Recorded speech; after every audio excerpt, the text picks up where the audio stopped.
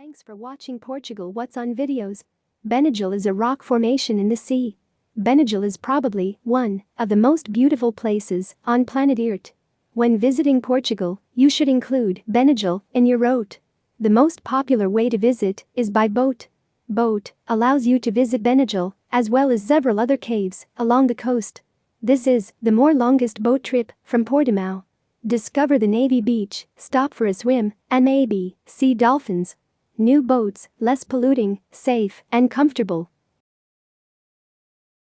In the description of this video, I will leave all the tours I recommend. If the tour departs from Portimao, this means seeing many more caves and deserted beaches for the same price or less than other tours. This video is probably the best tour to the caves. And why? Small boats, small groups, full attention of our captain and guide. And yet, they don't use dirty diesel or loud music. It's a 2-hour tour, and several times a day.